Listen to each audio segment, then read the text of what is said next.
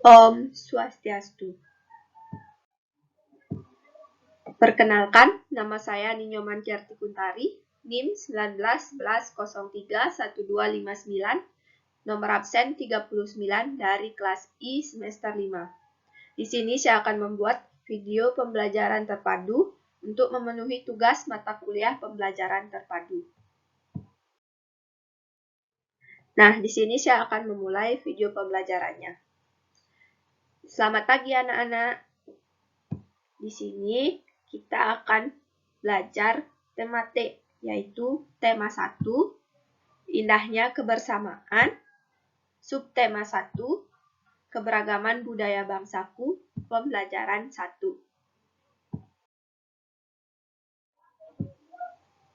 Nah, anak-anak, tahukah kalian bahwa Indonesia terdiri atas banyak pulau, suku bangsa, tarian, rumah adat, serta agama? Ayo kita cari tahu lebih jauh tentang keberagaman itu. Nah, ini merupakan contoh gambar keberagaman budaya Indonesia.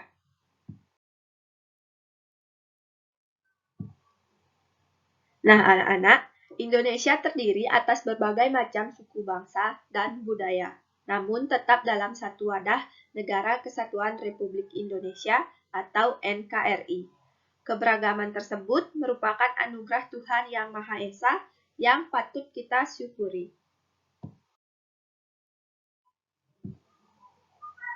Nah, selanjutnya di sini kalian membaca teks bacaan. Sini Ibu memiliki teks bacaan Pawai Budaya. Nah, ayo kita baca bersama-sama. Pawai budaya sangat menarik bagi warga Kampung Babakan. Pawai ini selalu menampilkan keragaman budaya Indonesia. Udin dan teman-teman tidak pernah bosan menanti rombongan pawai lewat. Tahun ini mereka datang ke alun-alun untuk melihat pawai tersebut. Kakek Udin pun terlihat sabar menanti. Terdengar suara gendang yang menandakan rombongan pawai semakin dekat. Nah, dari bacaan tadi, apakah kalian tahu apa yang dibicarakan pada paragraf pertama tersebut? Nah, yang dibicarakan yaitu paragraf pertama pada teks pawai budaya tersebut membicarakan tentang pawai budaya sangat menarik bagi warga Kampung Babakan.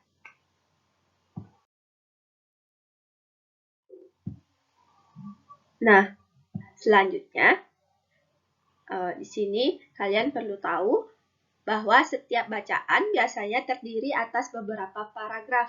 Setiap paragraf memiliki gagasan pokok yang didukung oleh gagasan pendukung, di mana gagasan pokok adalah ide utama yang dibahas dalam suatu bacaan. Dapat berupa kalimat inti ataupun berupa pokok paragraf. Sedangkan gagasan pendukung merupakan uraian atau tambahan informasi untuk gagasan pokok.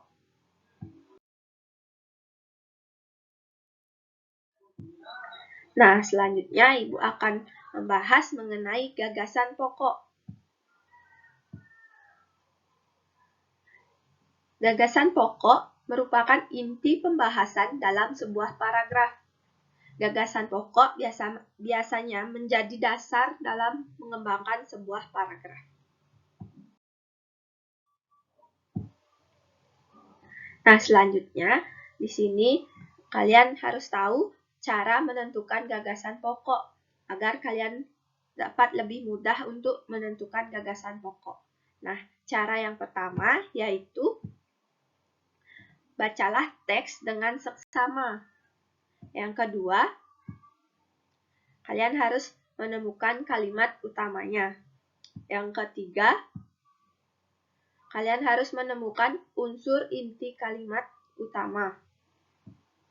Dan yang terakhir, unsur inti kalimat utama itu sama dengan gagasan pokok. Jadi, setelah kalian menemukan kalimat utama dan unsur inti kalimat utama, kalian dapat menemukan gagasan pokoknya.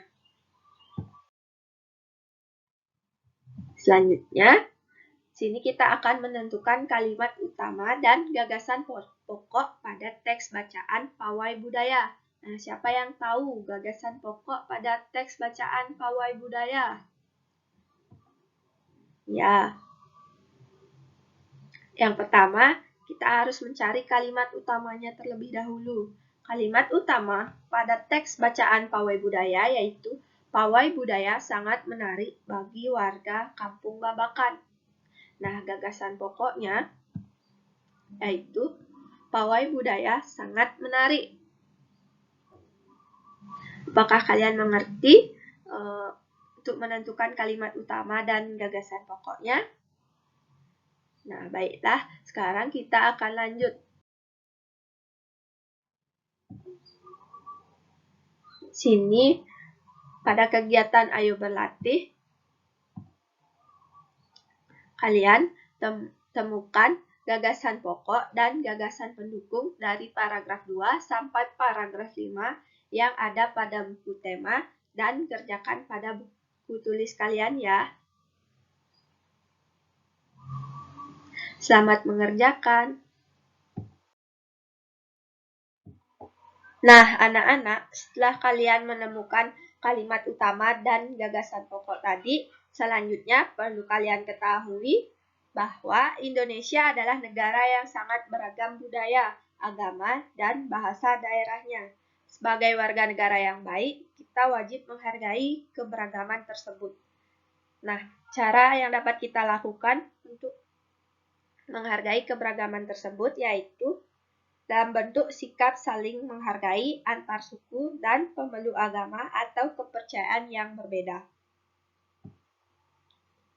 Nah, selanjutnya di sini ada contoh gambar mengenai keragaman budaya Indonesia. Nah, dalam gambar ini terlihat pakaian adat dari masing-masing provinsi.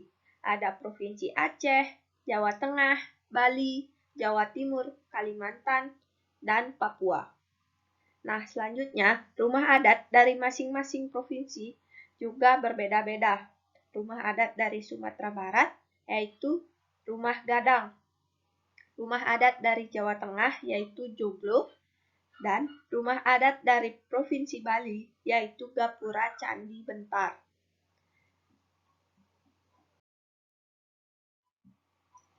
Nah, anak-anak, selanjutnya kita akan membahas mengenai keragaman budaya yang ada di Indonesia. Yang pertama yaitu pada Provinsi Nangro Aceh Darussalam, di mana pakaian adatnya dapat kalian lihat pada gambar ini. Tarian pada Nangro Aceh Darussalam itu ada tari Seudati. Senjata tradisionalnya yaitu rancong. Rumah adatnya bernama Rumah Krong Bade. Selanjutnya ada Provinsi Sumatera Utara. Pakaian adatnya dapat kalian lihat pada gambar ini. Tarian pada Sumatera Utara itu bernama tari terter. Rumah adatnya bernama Rumah Balon dan senjatanya yaitu pisau surit. Selanjutnya ada Provinsi Sumatera Barat. Nah, pakaian adatnya dapat kalian lihat pada gambar ini. Tarian pada Sumatera Barat itu bernama tari payung. Rumah adatnya bernama Rumah Gadang, dan senjata tradisionalnya karih. Selanjutnya, di sini ada Provinsi DKI Jakarta. Pakaian adatnya dapat dilihat pada gambar ini.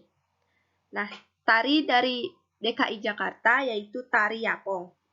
Rumah adatnya bernama Rumah Kebaya, dan senjata tradisionalnya yaitu golok. Selanjutnya ada Provinsi Jawa Barat. Nah, pakaian adatnya kalian dapat lihat pada gambar ini. Tari pada Provinsi Jawa Barat yaitu tari merak. Rumah adatnya bernama Keraton Kesepuhan Cirebon. Senjata tradisionalnya yaitu kujang. Selanjutnya, di sini ada Provinsi Riau Pekanbaru. Nah, pakaian adatnya dapat kalian lihat pada gambar. Tarian pada Provinsi Riau Pekanbaru yaitu tari joget lambak. Nah, masih banyak lagi keberagaman dari provinsi lainnya.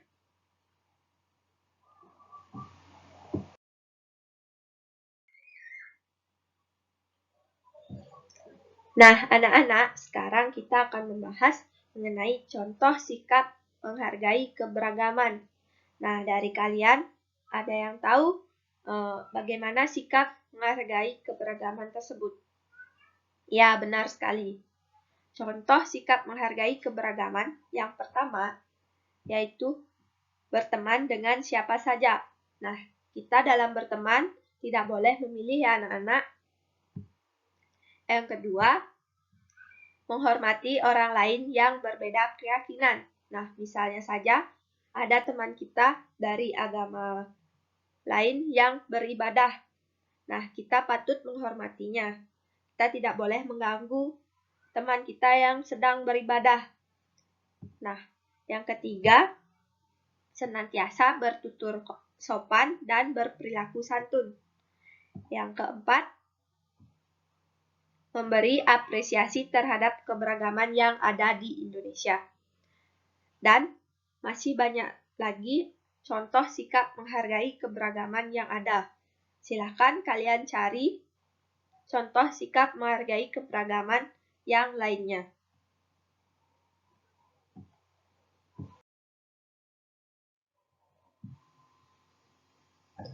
Nah, di sini terdapat gambar alat musik. Nah, selain kaya akan budaya, tarian, dan makanan khas daerah, Indonesia juga kaya akan jenis alat musik. Nah, pada gambar di samping merupakan contoh alat musik yang dimiliki oleh berbagai suku di Indonesia. Cara memainkannya pun berbeda-beda. Kecapi itu berasal dari Jawa Barat yang dimainkan dengan cara dipetik. Yang selanjutnya ada angklung yang berasal dari Jawa Barat yang dimainkan dengan cara digoyangkan. Saluang yang berasal dari Sumatera Barat dimainkan dengan cara ditiup. Kendang yang berasal dari Jawa Barat dan tifa dari Papua dimainkan dengan cara dipukul.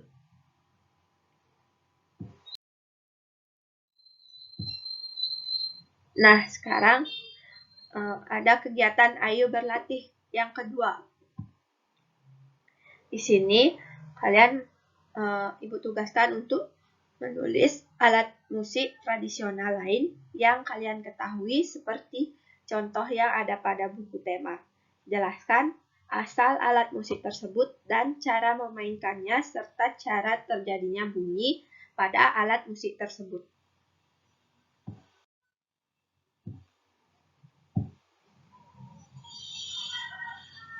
Segala macam bentuk bunyi berasal dari benda yang bergetar, di mana getaran dari suatu benda akan mengakibatkan udara di sekitarnya bergetar. Getaran tersebut akan menimbulkan bunyi di udara. Benda-benda yang bergetar dan menghasilkan bunyi itu disebut dengan sumber bunyi. Nah, perlu kalian ketahui, bunyi itu dapat merambat melalui benda padat, cair, dan gas. Akan tetapi, bunyi tidak dapat merambat pada ruang hampa. Nah, selanjutnya, sini kita akan menyimpulkan pembelajaran yang telah kita lakukan. Nah, simpulannya yaitu Indonesia terdiri atas berbagai macam suku, bangsa, dan budaya, namun tetap dalam satu wadah Negara Kesatuan Republik Indonesia atau NKRI. Keragaman tersebut merupakan identitas bangsa Indonesia yang membuat bangsa Indonesia dikenal sebagai bangsa yang memiliki kekayaan budaya, suku, dan agama yang berbeda-beda. Keragaman tersebut merupakan anugerah dari Tuhan Yang Maha Esa yang patut kita syukuri. Wujud syukur tersebut dapat dilakukan dalam bentuk sikap saling menghargai antar suku dan pemeluk agama atau kepercayaan yang berbeda. Setiap bacaan biasanya terdiri atas beberapa paragraf. Tiap paragraf memiliki gagasan pokok yang didukung oleh gagasan pendukung, di mana gagasan pokok tersebut merupakan ide utama yang dibahas dalam suatu bacaan, dapat berupa kalimat inti maupun berupa pokok paragraf. Sedangkan gagasan pendukung merupakan uraian atau tambahan informasi untuk gagasan pokok. Selain kaya akan budaya, tarian, dan makanan khas daerah, Indonesia juga kaya akan jenis alat musik. Nah, sekian pembelajaran kita hari ini. Kita akan berjumpa minggu depan. Kalian jangan lupa mengerjakan tugas yang telah Ibu berikan ya. Terima kasih.